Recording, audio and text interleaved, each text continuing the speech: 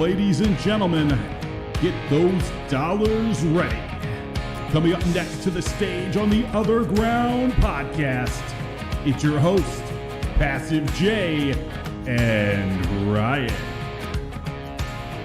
Good afternoon, and welcome to yet another edition of the OtherGround Live. I'm Passive J. That's Ryan over there. Say hello, Ryan. It is Saturday, May 23rd. I just got back from drinking and eating steak, so I need a fucking nap. Okay, so I imagine it's going to be a low-key kind of show. I see the OG armies showing up in the chat box. I always appreciate you guys. I don't really have much in the way of shit to talk about today. I actually had stuff going on, so hopefully Ryan thought of all kinds of great things to talk about while he was eating steak and drinking. What was the occasion? The occasion was, it was kind of an overcast day, so the beach really wasn't a good call. So a few of us got together, kind of let the dogs run out at an acreage. And obviously, if you're going to do that, you may as well drink a few White Claws and eat a few steaks. There you go. Yeah, not so much for me. Still trying to maintain my diet, so not eating pretty simply for the most part, which is fine. I don't mind. I can always start adding stuff in later once I find out if this is going to be good. All right. Hopefully we'll get some call-ins today. The show always goes a lot better when it's not just me and Ryan talking back and forth to ourselves. In other news, we do still have that music contest going on. I believe we're going to cut it off tomorrow or Monday. So this is your last chance to get something in for the theme song. As we mentioned, we're not changing the name. So if you were working on something that involved the old name that we were going to use, you need to stop. But I think everyone's got that at this point. And what do you think, Ryan? On Monday, me and you will obviously be the ones that decide what the theme is. But maybe on Monday, I'll throw a thread up on the OG to show everybody what the entries were. Yeah, do like a link to say like the top 5, which would be pretty obvious. Let folks make their thoughts known, and then we'll discuss after that. Because like if everybody loves something and it was like number 2 or number 3 to us, that might mean it's still the one we go with. Right, exactly. So on Monday, I'm going to take all the entrants. And with one exception, one person did ask us that if we don't use it, don't make it public because he can still use it for other purposes. So me and you will listen to that one and decide whether it's the winner or not, and then move on to the rest of them. Yeah, that works. And in other news, right. Check the chat. The feds are after you. Oh, no. Oh, no. Let's see. Yeah, the feds are posting. I hear this Passive J guy might have weed in his house. That's entirely possible, considering it's completely illegal where I live. So don't come at me with that. And we already know that this is a fake account because Kirik and Chris would never have done anything constructive ever. So you blew your cover. Yeah, much less contact the feds to try to shut down our show. They wouldn't do that anyways. They're friends of the show. They think our show is great. Top men are lazier than us. Yes, exactly. Oh, did you see that North Korea finally admitted, reluctantly I might add, that Kim Jong can't magically bend time and space? Well, so I thought they were only talking about the original Kim whatever. Oh, were they? Yeah, I just it wasn't. Skimmed it over. Yeah, it's not the initial one. It was the very first one. They finally came out and said that he was not able to teleport. Oh, well, that's false advertising, because I'm pretty sure he could. OJ's asking if it's recreational in Michigan. Yes, it's both. We have both medical and recreational here in Michigan. And I have both, so as it turns out. I wish Connecticut would just get on the goddamn ball. Yeah, like yeah, exactly. I could really use edibles for my fucking back, but I don't really feel like driving to Massachusetts and then commit crime coming back across the border. So, goddamn. Right. At this point, they should just make it federally legal and stop fucking around with it. Honestly, especially for people that want edibles, because there's zero harm with that. Smoking a weed, joint wise, it's not as bad as smoking cigarettes, obviously, because it doesn't have a lot of the same contaminants and carcinogenics and such. But I assume it's not great for your lungs. No one's ever said, "Yeah, I smoked pot; it made my lungs better." But edible wise, who can say anything bad about that? There's no way it could possibly hurt you. The worst thing that can happen is you'll eat too much and you're going to be on the couch for a long time. Uh, but which is why I do recommend to people, whenever you get into edibles, start low and give it like an hour before you decide if you're going to have more, because it takes a good half hour to 45 minutes before it truly kicks in. And many people have decided that they hadn't eaten enough and added more to what was already going to be a bad situation. Yeah, see, Jay's always minimal effort here. I say go for the gold, take as much as you can, and then get on a flight. Well, I guess my advice is, if you're going to do that, just go ahead and do it all at once. Never trust the first half hour to 45 minutes to give you an indication of how your day is going to go. You need to give it about an hour to see how it all works out for you. Yeah, it's basically the same thing as mushrooms. Like if you take a bunch of mushrooms, give it a couple hours. Don't just keep stuffing them down, so you're going to end up in a really weird dimension. Right. Yeah, exactly. Yeah. Mushrooms are like that. Acid normally isn't that bad because you take it in a tab, so it's like just one dose. So most people know better than to take a whole bunch of it at once, unless that's actually what you're going for. Yeah, I'm not Mushrooms a goddamn hippie. I don't do acid. Oh God, I haven't done acid in like 20 or 30 years or something like that. Fucking hippie. But at that point, we did a lot of it because mushrooms weren't as readily available. Acid was easy to get and cheap, $5 per hit, which appealed to my cheap ass nature, since one hit's $5 and lasts you like 8 to 12 hours or so. And the fact that you're a dirty hippie. Yeah, I was a dirty hippie. Yeah, mushrooms, while I liked them, you never knew how good they were, so you never knew quite sure how much you should take, like, like a third of an eighth, a half of an eighth, the entire eighth, because it varied a lot. Acid, as long as they weren't fucking around, was pretty much standard. You knew you needed to take this many hits to get the high that you were looking for. Yeah, I've never really had issue with mushrooms. Like the places I always used to get them were pretty consistent. So if nothing else, like I was pretty locked in on a dose. Right. Yeah, I guess, yeah, if you get it consistently enough, you know what you're working with. God, I remember one time, a guy that I knew named Russ, we all went up to Traverse City because it was my birthday and another guy named Mike's birthday on the same day. So for some reason or another, we decided to go up to Traverse City up north. Then this is like mid-August.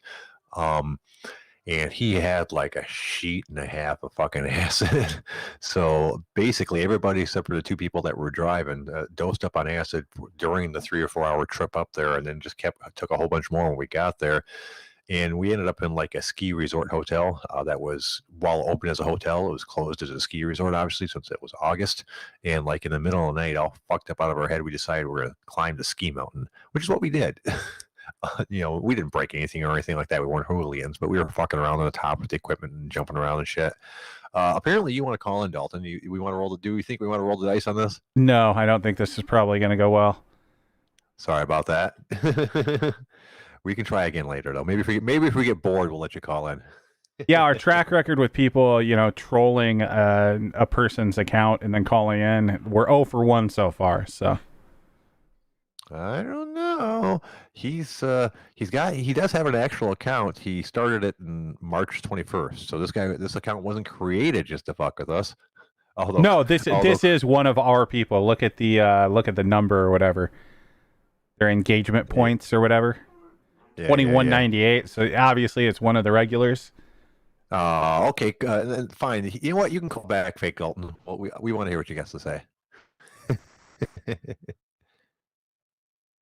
Apparently not. Apparently that was our one shot, huh? God damn it, we broke him. But back to the North Korea thing. Isn't that such a weird, fucked up situation? There's an entire nation of people under someone's thumb. In this day and age, and it's not the only one like that. I realize there's a couple places in Africa and South America that are pretty much the same situation in a lot of regards.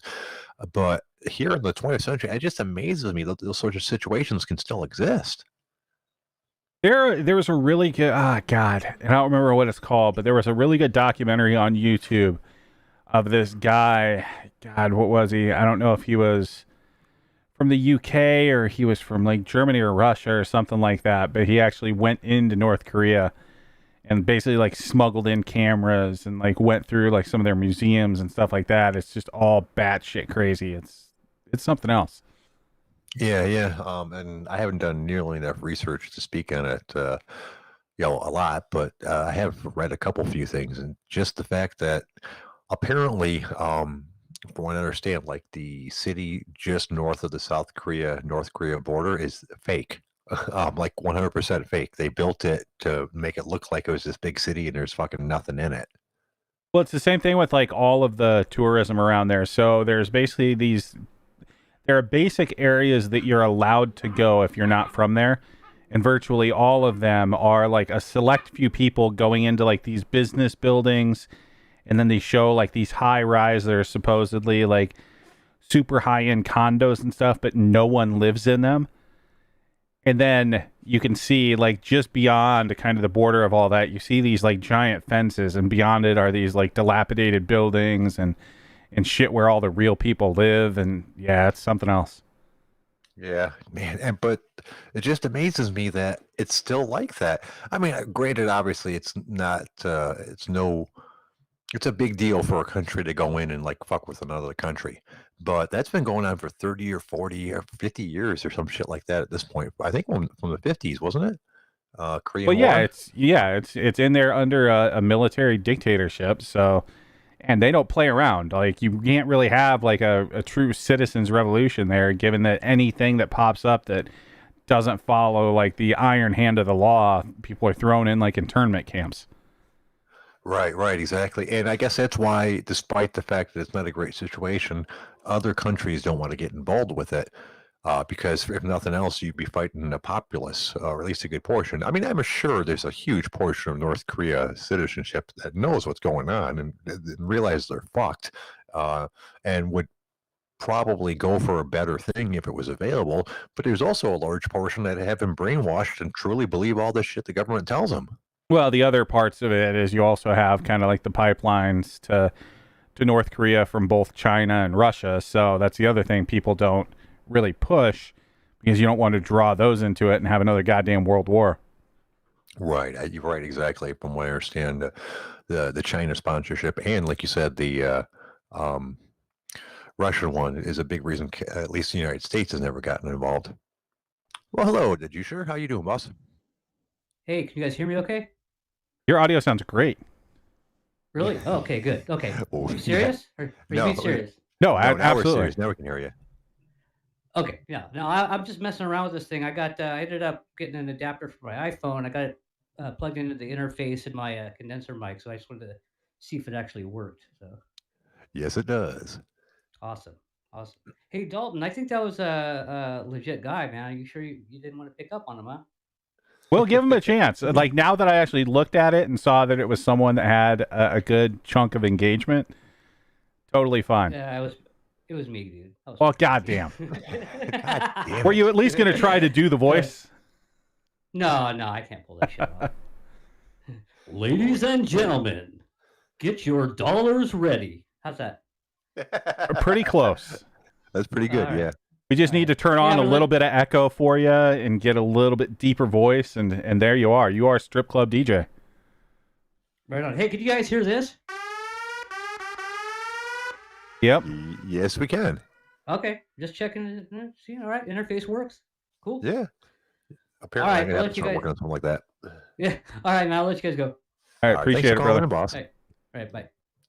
Yeah, on my end, I turned my microphone down a little bit from last session, so hopefully it doesn't get as distorted on the YouTube channel. From what I understand, it doesn't sound like this on the PodBean recording, but you hear me badly, and what you're hearing is what goes on the YouTube as opposed to the other way around. Right. Yeah, well, yeah, it's the same thing, right? Like you hear the weird things that can happen through the Podbean app where all of a sudden my audio will just drop into shit. But on YouTube, I sound fucking wonderful. And I sound like shit. That's fine.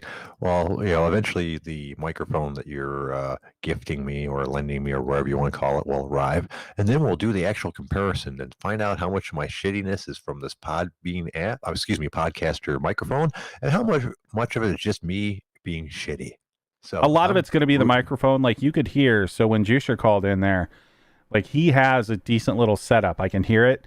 his room isn't necessarily like the best, or he hasn't really set up like his noise gate very well, because you could hear like a little bit of echo from the background, and it's just the room.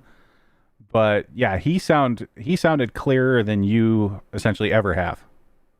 Really, like right now, I don't sound clear on your side. Well, no, you do. I can just tell that it's not a great microphone. You can hear. I don't want to say the cheapness of the microphone, but the fact that you're not going through an actual interface, it disrupts the audio quality. So, like, I can tell that number one, either you don't have like a super expensive sound card in your PC, or you're not using an audio interface, which basically serves as a sound card in that input. Ah, interesting. All right, well, I'm starting to look forward to actually trying something different when it arrives, because I always figured the Rode Podcaster was a good microphone, because when I listened to other people, my microphone sounded way better. I guess it's a level thing. Like, this is way better than like one of those snowballs or Yetis or one of those things. Yeah, there's levels to all this. Like, so like for a novice, they're generally going to have something they can just plug into a USB port, and it's probably going to sound terrible. Like, they might even be using like a gaming headset or something like that. The next level up is kind of what you're going with, like an actual good microphone brand, still a USB microphone. Next step up is getting into something that actually has like a proper interface, and then you're dealing with the way that people are doing this professionally. Right, right. Well, I did have my XR whatever cable come today, and the adapter for the headset. So we are making progress. Yes, so I dropped everything off at the post office today. It won't get processed until Tuesday because of the long weekend, but you'll probably see it by this time next week. Hey, excellent. And then we'll be moving on up. And then once I have that preamp setup thing that you're giving me, I can always upgrade my microphone even more. Exactly. Like, that microphone should do you pretty well. It's actually made for kind of like a lower type voice or a bass heavier voice. It's mainly used for like vocals. So I used that back when I used to like actually record some music here and there. And that thing always was great for me. Excellent. Maybe I can use it to record some music here and there as well. Yeah, I don't think any of us want to hear you sing, and we've all heard you attempt to rap. So Imposter J is apparently a better rapper than you. Well, that's not hard to do. Let's be realistic. It is funny, though. While I don't really have much desire to rap, being able to sing is always something that I wish I could do. And while there's one or two songs that I don't sound horrible, at least in my own opinion, for the most part, I can't sing worth a shit. But I do believe that everyone can sing in their own way, at least a little bit. Unfortunately, most people can't sing other people's songs, is what the issue is. Well, the problem is you keep trying to sing Celine Dion, and I just don't think it fits your vocal profile there, Jay. I don't know. I think it does. You got to remember, in my head, my voice sounds very high pitched and squeaky. And it's not just like as we speak and me hearing it. When I go back and listen to the podcast, to me, I'm very high pitched, kind of nasally and squeaky, and I just sound horrible. Which is why I tell people, when they say, "Oh, I don't have a good voice, I don't want to do a podcast," nobody thinks they have a good voice. Everyone thinks their voice sounds like shit. I don't know. My voice sounds silky smooth. Well, you're the exception to the rule, right? Exactly. Now and then I go to YouTube and I just pull it up to just a random part of the podcast, and I'll hear myself talk, and god damn, I get hard. Well, I'm not there yet with my self-confidence, but I'm working on it. You know what? One thing I've noticed about this, now I really am glad that you're sending me this new microphone, because I've already found an issue with this podcaster. It seems to work perfectly fine as a microphone, but the built-in headphone set that I use so I can hear myself speak, the volume on it keeps on going up and down as I'm talking. So in my left ear, I can go from just kind of hearing myself speak to, oh my God, do I sound really fucking loud in my ear? It's driving me up a wall. I don't know how that could be a thing. It's a physical volume dial. Yeah, I think it's probably just a brain tumor. Yeah, that's probably it. Shit.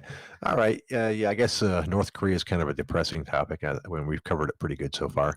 Let's see, what else do we got? Oh, did you see the Air Force will no longer reject pilot applicants for being too short? Or too tall, but too short was what the article was about. That's a little odd. Like, I get the whole like equal opportunity for everyone, but like these planes are built for a certain size human. Mm-hmm. So like Oh, yeah. you would never make it in the Air Force. Like, I'm sorry. Like, that's not built for you. Actually, it turns out I would. It just depends on the situation. Apparently, the way they've been doing it for a while is that you can ask for a waiver on your height, and they give them out with a fair amount of frequency. Because what they do is they measure you, all of your angles, like on a whole bunch of things, what your seated height is, what the length of your arms, the length between your hip bone and your leg bones, and all this shit. And that they use to see what planes you can fly, because they've used a laser to do all the measurements on every single plane they own. So just because you can't fly this plane because you're too big or too small, that doesn't mean they don't have a plane that you can fly. Apparently, when they were doing waivers for it, the lowest that they went was 4'11", got a waiver, and a guy who was 6'9" got a waiver. Obviously, there's probably some fairly specific planes that they can fly, but apparently there's at least a couple. So yeah, you could only fly like a cargo jet, and for example, Tenor could only, pilot a drone. Right. Yeah, exactly. Yeah. Someone my size, there'd be very few planes that I would actually fit into. Probably, like you said, a cargo plane, 'cause it's got a commercial style cockpit that fits several people. There's not a fighter plane on Earth that I would fit into, obviously. Yeah, I don't think you would last very long in the Air Force there, sir. No. When growing up, I always wanted to be a helicopter pilot because I played Apache gunship on my Commodore 64 a whole bunch, and I thought that shit was badass. It still is, but being blind in one eye, I would never qualify for any type of pilot job. Yeah, I wouldn't think that would be a great thing on something that, requires that as a skill. Yeah, exactly. I understand. That's one of the ones I'm not mad about. I can understand why they wouldn't want me to fly a plane. I'm surprised they let you in the Army. Like, it just, one eye in the military just seems like a bad fit. Yeah, you would think so. And the thing is, they still gave me a combat MOS. It wasn't like, they put me as like a filing clerk or guy that works in a kitchen or some shit like that. I was going to be out in the field doing a combat job. They're like, oh yeah, you'll be fine. Was it the Human Shield Division? No, it was multiple launch rocket systems. You ever watch G.I. Joe as a kid? And it would look like a tank with a whole bunch of missiles on top of it instead of a turret that Lady J drove around. That's what I was going to do. I was going to be Lady J. Yeah, I know. You've always wanted to be Lady J. I think we've got that. It was actually pretty cool.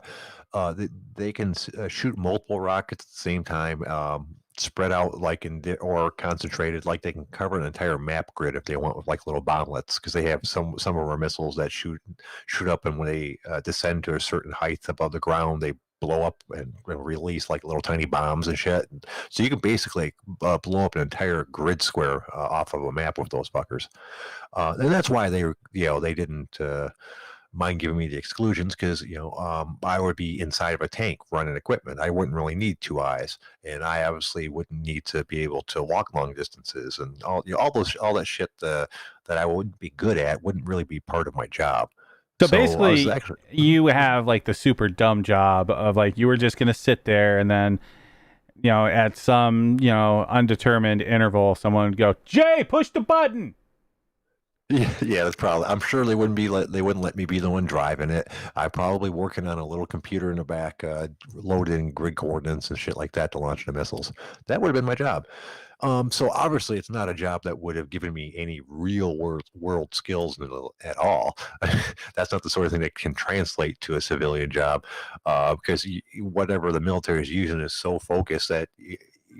Just because I knew that computer system, that doesn't mean I'd be able to work on anything else at all.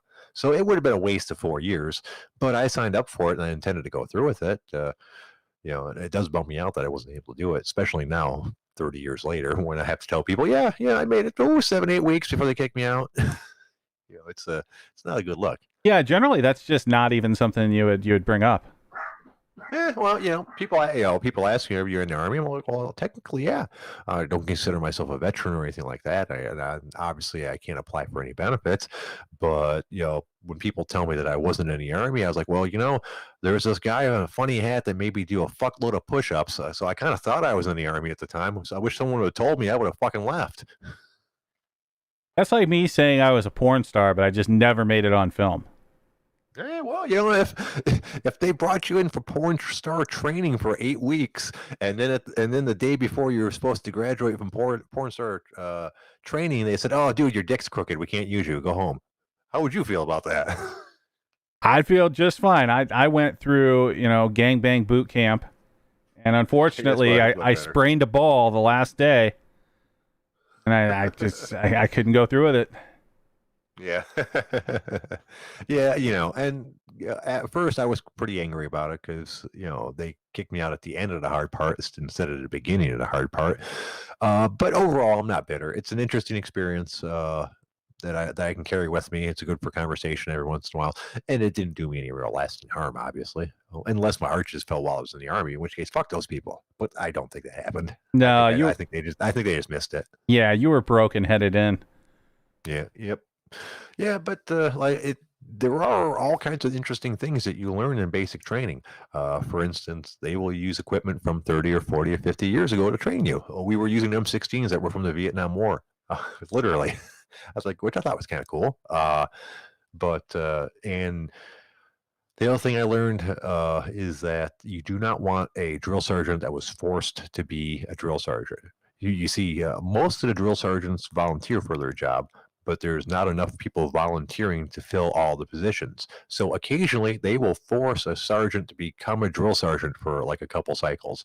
And we had one of those. I can't remember his name anymore. It's so long ago. I want to say Drill Sergeant Daniels. He was a fairly short, skinny-looking, light-skinned black guy who was apparently an airborne ranger and really, really, really resented having to be here to fuck with us. And it was apparent. The other two ones were career drill sergeants. So, yeah, while they were obviously drill sergeant, it was different for them. They were doing their job, and for the most part, they enjoyed their job. Drill Sergeant Daniels did not want to fucking be here. He resented the fact that he had to be here, and if he had to be here and we had to be here, it wasn't going to be fun for either of us. Well, I mean, you can empathize with the guy. It's like you take some like tenured great college professor and then make him start teaching second graders. Yeah, exactly. That's pretty much exactly how this guy was. I remember one time he had to take me for to see the doctor briefly, foot related. Actually, I ended up with a blister the size of a fucking like duck egg on the side of my ankle, and I didn't say anything, but it turned like black and blue, and the drill sergeant spotted it. He goes, "Yeah, you're coming with me." "Oh, what do I do, drill sergeant?" "Just shut the fuck up and get in the truck." so he brought me to the medic like doctor thing, who said it was just a big gigantic blood blister, and eventually it was going to pop and suck ass, but it's nothing dangerous. And then he made me like wait in the truck for 20 minutes while he flirted with some chick in like the mess hall. He goes, I'm gonna leave you in the truck, private. He goes, "Don't make me regret leaving you in the truck." He goes, "Do we understand each other?" I'm like, "Yes, drill sergeant." Off he went around for 20 minutes, came back. And that's the type of guy he was. He was just doing his time before until he got out. So speaking of quitters, did you see Jon Jones might be walking away for a couple years? Oh God, he is such a baby, and it's such an obvious tactic. Oh, well, you guys won't give me extra money? Well, maybe I just won't fight for a year or two. Dude, you're already barely relevant in the light heavyweight scene. It's amazing that the champ can have such a little actual effect on the division, because he barely ever fights now. His last two fights, he sucked ass, and God, dude, I just don't like that dude.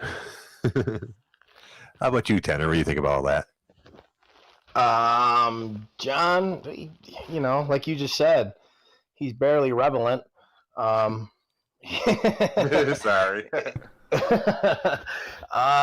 Yeah, if he doesn't fuck something up in his personal life, he's gonna sit out. Whatever, it's just gonna fucking happen. Yeah. The guy. I'm almost. I think we've talked about him before. I'm almost done with that cat. Like I said, I've trained with Jon. I know who Jon is. He's treated me and my family with nothing but respect. But at some point, you got to fucking buck up and be a man and handle your business and take care of your job and take care of your family and not be a fuck up. And he's just a complete fuck up. Well, there's one part about this that I do respect. The fact that he is walking away and not driving away, because we know how that generally turns out. Yeah, no Very kidding. nice. Did Homelander write that for you, Ryan, or did you come up with that on your own, bro? No, that I will give full credit to Chael P. Sonnen on that one. Oh, Okay, yeah. all right, yeah. Yeah. Chael had a whole bunch of things to say about that. So yeah, and it's just ridiculous. Obviously, he's not walking away because he needs the money. Otherwise, he wouldn't be pissed off that they're not paying him extra for the to fight Francis. Well, yeah, he just I tell you wants a what. giant payday to go and try to wrestle Ngannou. Chael Sonnen was a round away from being the light heavyweight world champion of the world due to a dislocated and nasty broken toe. Oh yeah, and he was also one round away from being the middleweight champion of the world as well. Seconds away. Yeah, yeah. So yeah, he's almost a dual division champion, which is kind of. But weird. he got popped. He got popped that fight anyway, so he would have been stripped regardless. Oh yeah. That's, Well, it was an even playing he's such field. an interesting character. Yeah. But whatever. Yeah, it's just now the funny thing is people are like, "Oh, he's so brave to step up and fight Francis." I'm like, dude, did you see the last fight? Francis just ran at him swinging fucking haymakers. Jones would decimate that fucker if he's anywhere like the Jon Jones that they used to be. It wouldn't even be a real good fight, to be honest with you. I don't think Ngannou, I'm going to say his name wrong, does not have a goddamn thing for Jon Jones. Jones is trying to but play. Jon Jones Go ahead, Tanner. arguably lost his last. Jon Jones arguably lost his last two fights. He has not looked like the Jon Jones of old. However, he has a very high fight IQ, and his wrestling is head and shoulders above Ngannou. But he's been getting caught. He's been getting hit with some shots. So can he? And he's never had a suspect chin. He's always had a very, very good chin from what we've seen. Mm-hmm. But can he take an Ngannou fucking bomb? That's the question. Yeah, honestly, I don't think it will be answered if they fight because I don't think Ngannou is going to be able to hit him. I mean, it was a fun fight to watch, but like when you watch the replay, that was so fucking sloppy. Yeah, it was for sure. Well, Yeah, and that's why Jones just. That's why you have Right. Jon Jones doing what he's doing now. He's basically taking the Conor McGregor approach for kind of this last leg of his career. He doesn't want to defend the belt at light heavyweight against anymore. Because I mean, he did almost lose the last two fights. You throw him in there again with Reyes, he probably loses that fight. So he's going to take a look at the heavyweight division and take the easiest matchup in his own eyes. Like, you don't see him out there clamoring for the winner of DC and Stipe.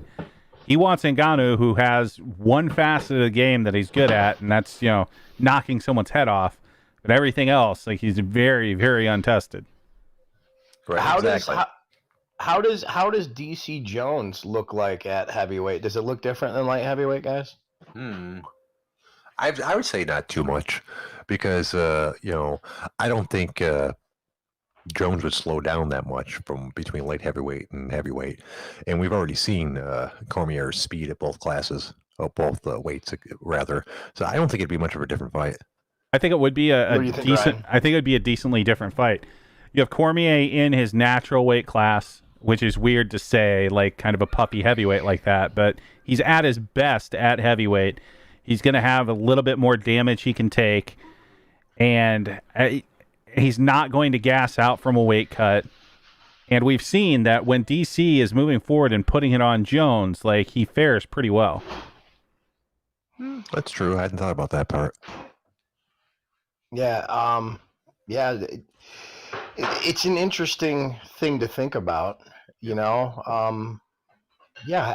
don't even have a clue.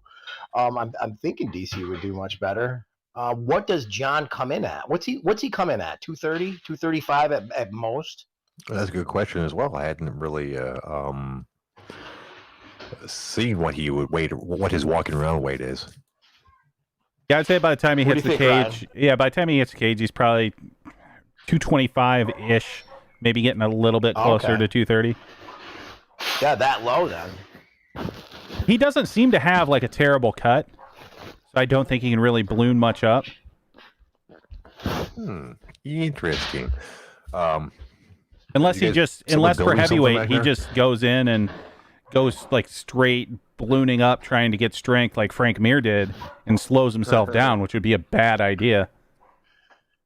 Did you see his physique when he wrestled Henderson in underground submission? Yeah. He looked pretty fat there, didn't he? Yeah, he wasn't exactly. No. Oh, Jones did it. Jones did that. Let's see if I can get a picture of that one. All right. Yeah, he looked fairly out of shape there.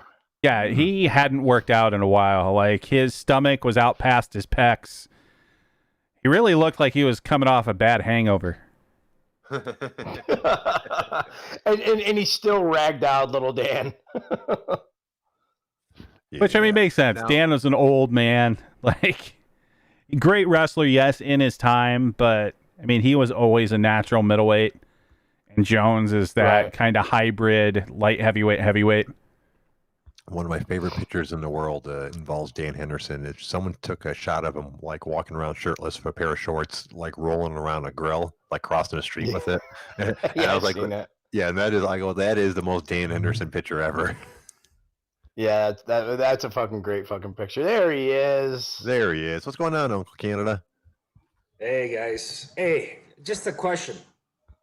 Would you guys be interested in the Miocic versus Bones Jones fight? I would. I don't think Jones would. Really? No, right? I don't think Jones would want any part of that matchup.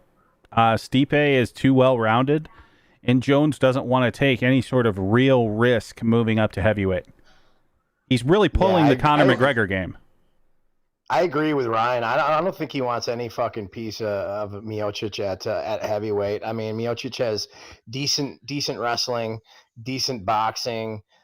He's bigger. He's more powerful. I think Stipe takes that and almost fairly easily. Really? That'd be a great fight, though. I do. Yeah. The reason why I bring it up with fucking Bones Jones's reach, right? He's probably got at least 8-9 inches on Stipe, I'm assuming, right? So if you can fucking keep him away, and I don't know, man. It'd be an interesting match to say the least, I guess. But well, we saw in the last fight with Jones, he doesn't fight real well backing up. So if you don't give him that option to just keep his range, and I don't think Stipe is going to give him that option. I think he's going to bite down on his mouth guard. He's going to come forward, and he's going to make Jones fight backing up. And Jones doesn't like fighting backing up at all. We saw that last fight. Well, didn't he fight like that against Gustafsson in the first fight? Pretty much, Gustafsson was going at him, right? Yeah, Gustafsson won that fight. Him down. Yeah. Oh, fucking hands down, he won that fight, man. The guy I became a instant fan after that fucking fight. Yeah, it was a great fight. Jones has had how he hasn't done that much since then. Gustafsson, like that fight took a lot out of him. He had that other run, but that second fight, obviously, he wasn't the same. But yeah, when you look at Jones, like out of any like all-time great, he has had the most probable losses of anyone that's gotten bailed out by the judges. Yeah. Let me think. You're right. I'm trying to think too. I can't think of a champion that has had his ass saved as many times as that guy. Like you could say GSP versus Hendricks was a kind of a shit decision.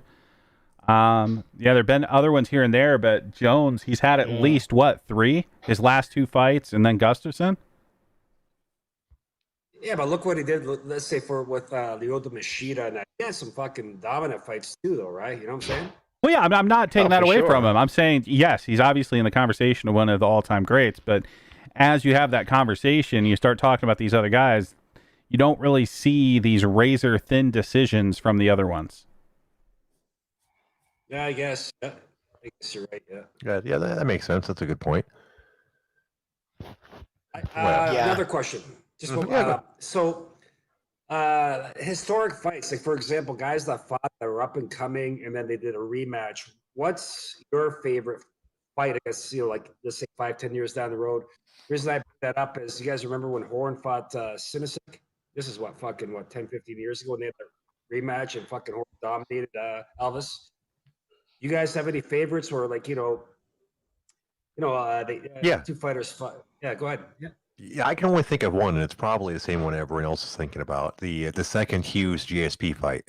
Because GSP, one of his few losses was to Matt Hughes the first time, and the second time he fucking steamrolled him. I honestly, I'm gonna say, Grad, you already brought up Horn. I really liked the Horn Liddell fight, where Horn had tapped him out at the end of a round with a bottom side arm triangle, and then they fought 4 rounds, and Chuck punished Jeremy Horn for 4 fucking rounds. He couldn't see; he had to stop. I think he just said he couldn't see. I got to stop the fight. Hey, Tenor, you're right. That's the fight. I apologize. Not the Elvis one. Yes, that's the fucking fight I was thinking. For some reason, Elvis popped in my head. Yes, the Liddell and the Horn one is the one I was thinking about. That. And you know what? Jeremy Horn usually is he was so busy fighting 2 or 3 times a fucking week that he didn't really concentrate too much on strength and conditioning and cardio and stuff. Well, you know what? When Jeremy Horn weighed in, I looked at that fucker. I was like, wow, he looks really, really good. He looked good at 205 for that fight with Chuck Liddell. Yeah. But again, Liddell's a monster, right? So he was at the time. Do you remember that? I remember talking to guys about Chuck Liddell at the time, and I was thinking, here was my spiel about Chuck Liddell. Was like, he's an absolute monster. If you're a wrestler, you can't take him down. If you do, he pops back up. And if you're a striker, he's gonna fucking paw at you until he throws that. He almost threw change up. He'd throw like a pitcher throws a change up, like they throw fastball, or change up then fastball. That's what he would do. He would paw these like goofy looping change up slow punches at you, and then he would drop that fucking bomb on you. Yeah. Yeah, his overhand right like completely changed things, especially the way he threw it. And like the way you were talking about a pitcher, that's basically how he threw that goddamn right hand. And just that ended everyone. Mm-hmm. For sure. Yeah, it was interesting to see how just the way he fought changed the entire MMA atmosphere, because before that, sprawl and brawl wasn't, not a thing. And people saw that you didn't have to be a really good at wrestling, just you had to be really, really good at defensive wrestling. So that if you were good enough, fucking your ground game didn't really matter. Well, it showed It showed the importance of having at least a respectable wrestling game, because that's what Liddell had. Like, he was a pretty goddamn good wrestler. He just used it to avoid being taken down. So if you can control where that fight is, whether it be by taking someone down or just avoiding the takedown, like, you've already, have the advantage. Right. And that's why I've often tell people that while there's all kinds of different martial arts that contribute to MMA, the very first and most important thing is some sort of wrestling background, because they control where the fight happens. Well, and it teaches you just to be a goddamn savage. Yeah, that too.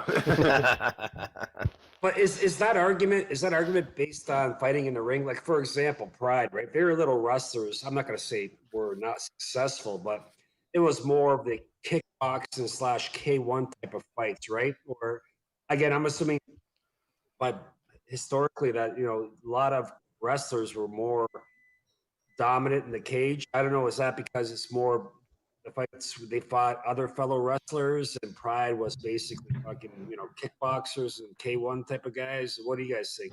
Part of it was the roster. That cage is gonna help a fucking wrestler. With ropes, they got give. They'd break you up on the ropes.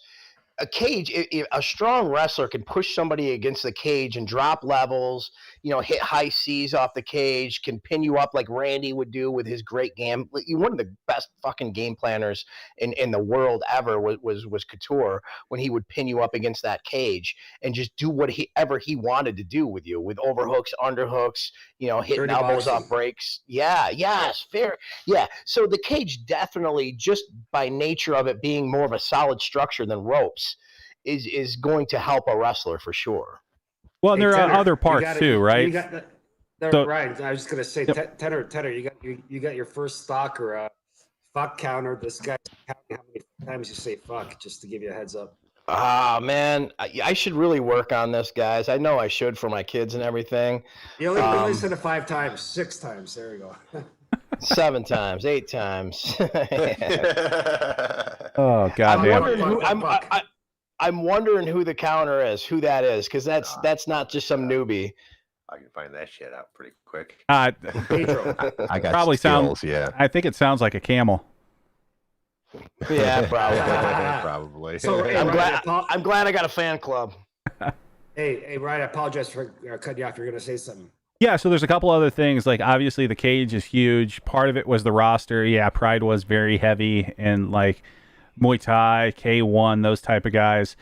The other thing, and this is kind of an underrated piece of it, right, is you also had the knees to the head of a ground opponent. You had soccer kicks. You had stomps. So taking a shot as a wrestler, like, it was much more of a dice roll, because if you didn't secure that takedown, like... And we saw this with Heath Herring was always great at that. Being able to sprawl and then just knee the fuck out of the wrestler's head. Like, you're not going to take as many sloppy shots with that. That's a really good point. The Ben Askren fight, fucking holy fuck, was that a shock, right? That's probably the biggest shock over the last year and a half, right? That was one of the greatest finishes ever. 10 fucking seconds, 11 seconds? Fuck. Yeah, I mean, that was surprising. I mean, to me, it had sort of the same flavor as McGregor versus Aldo. You know, just one mistake at the beginning of the match, and the match is over. Although, if we really are talking about like rematches and like technical masterpieces, I think obviously the absolute best fight ever was actually a trilogy fight. It was the very recent Tito Ortiz versus Chuck Liddell. Oh man, too soon. That's just very sad, dude. Honestly, and I have, Ryan, I know you trained, you fought. Grad, you fucking trained. Jay, you don't do anything but collect unemployment. But anyways, that's neither here nor there. But anyways, I have the utmost respect for anybody that steps in the cage. I love Chuck Liddell. He was a monster back in the day. And I might get a little shit for what I'm about to say because I'm a fat 44-year-old purple belt. But that Chuck Liddell was so... I think I could have fucking beat him. You guys, you flame me all you want. But that guy, there was something wrong with his reaction time. He was very, very, very slow. Tito's not a superstar fast guy. Chuck was very slow. He looked unbalanced from the jump street. He didn't look like he could move laterally at all. I don't know. Was it age, you think? It's age. It's accumulation of damage. It's yes. Yeah.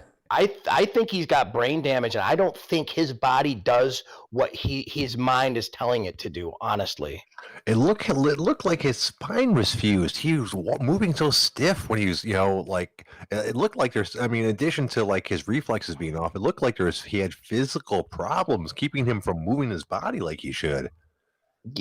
Something is off. Something is very, very wrong with the way that man is moving. Even if you saw him hit pads with some videos that he posted, I thought those were joke videos. I thought that was like he was trying to bait Tito into believing that he was slow or uncoordinated.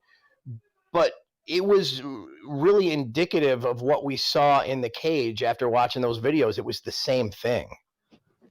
Yeah, that fight should have never been sanctioned. Like, going through the medicals and even speaking to him, like, you can tell Chuck Liddell should not be anywhere near another professional fighter. No, absolutely not. Yeah, that's one of those fights that shouldn't have happened. Just like another fight that shouldn't have happened, but I'm really glad did. That entire James Toney versus Couture fight. Honestly, that was one of the most fun fights I think I've ever seen. I mean, granted, it was basically a fucking fake fight. I mean, it was a real fight, but only one person knew how to fight. What do you guys think about that? You guys think that should have ever been in the UFC, or was the publicity worth the sideshow, freak show nature of it? I went over $1,000 on that fight from boxing fans. Really? I gave 4-1 odds on anybody that would take it. That Couture takes it within a round. Are you fucking kidding me? Wow. People are delusional. I wouldn't take that bet. I wouldn't take that bet. And the fun part about that fight was Couture was wavered between Randy wavered between amused and annoyed throughout the fight. Mostly he was amused. Like you could practically see the smile on his face when he went for that single ankle pick and just jerked him off his feet.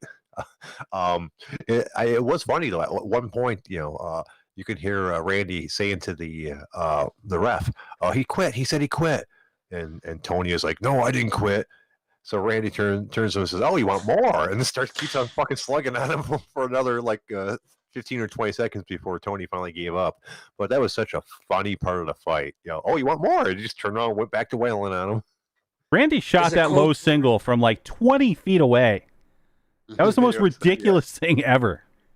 They asked him about it afterwards, and he said, "Yeah, I would never use that against a real fighter." So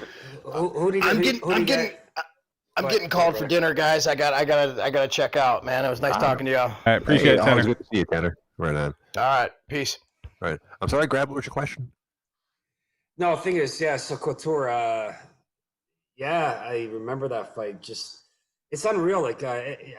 Is it the makeup or DNA of a wrestler that these guys just training their whole lives or cardio, just they're able to be super athletes? Like even Henderson, to what age did Henderson fight till? He fought to his low 40s, did he not? Or Yep. Yeah, fuck.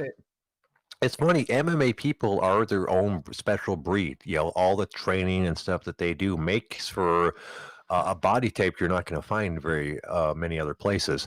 I remember reading an article on the Expendables when Randy Couture was in that, and he did mostly his own stunt work. And it reached a point where the other stuntmen did not want to do stunt work with him because they said he was the strongest person they'd ever fucked with by far. So, he would just grab a hold of somebody and, basically bear hug him to death if he wanted to. And, so when they were rating the toughest people on the show, because the Expendables had all kinds of different, tough guy, action stars from past years, bar none. Everyone said Randy was the most scary fucking person there. Well, yeah, because you have a bunch of actors and then you have a trained combat athlete. Right. Well, yeah. But even the stuntmen who are supposedly trained athletes as well, considering what they do, wanted nothing to do with him.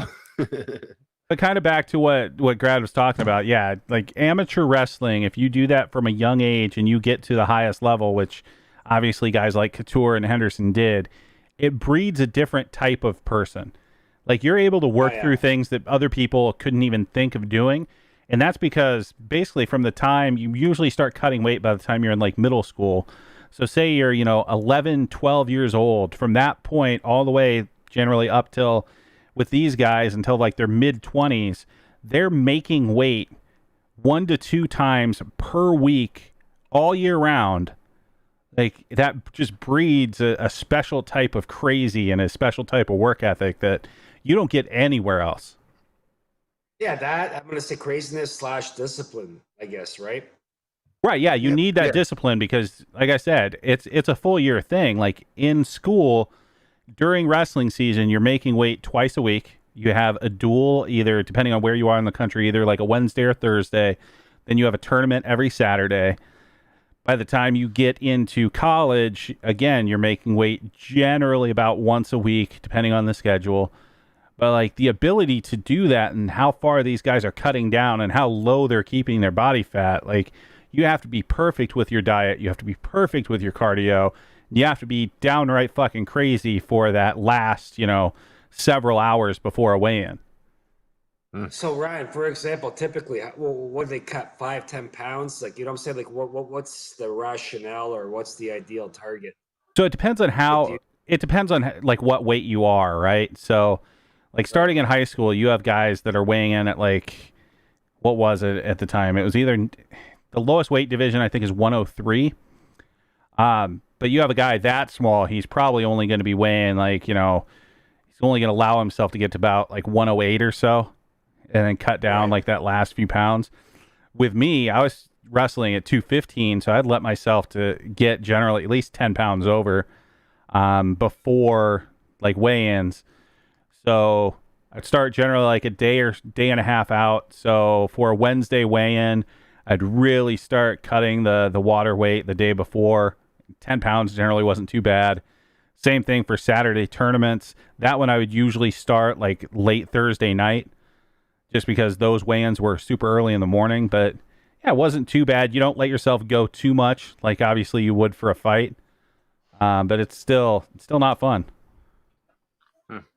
Yeah, I can't imagine that. I had to do like that fasting diet and stuff like that for my stomach issues, and I couldn't imagine on that. So that day when I was just on a liquid diet, the next day when I got up, I couldn't even conceive of doing my workout, much less getting into a fight with someone. Man, it really drains you really bad.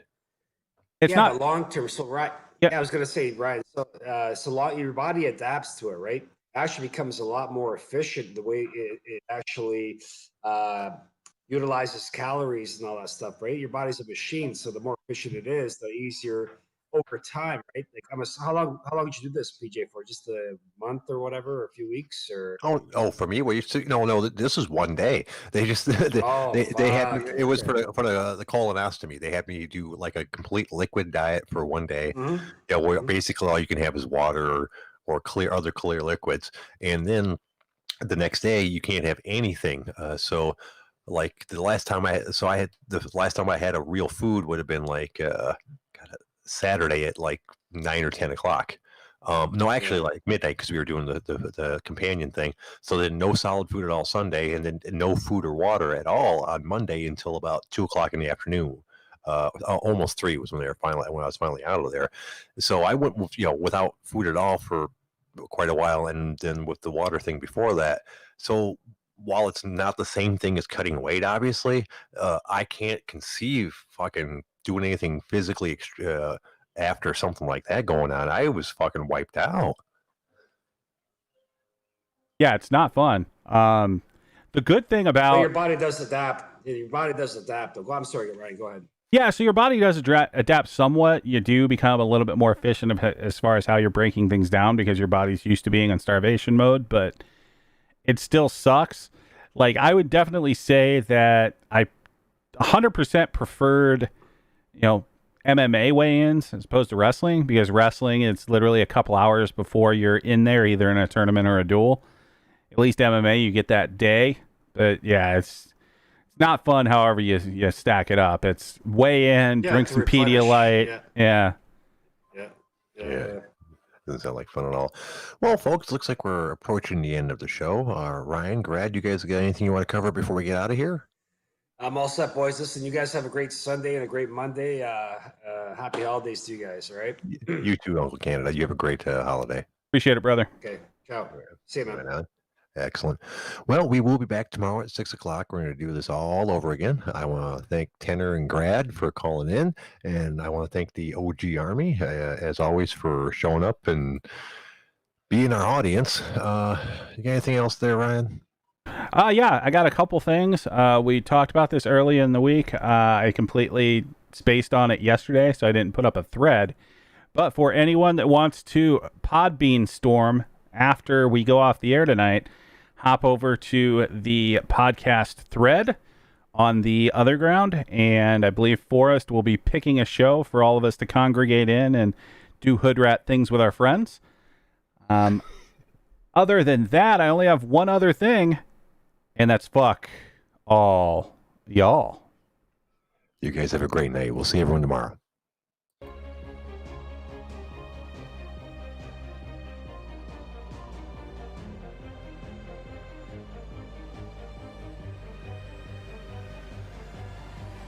Screw you, hippie!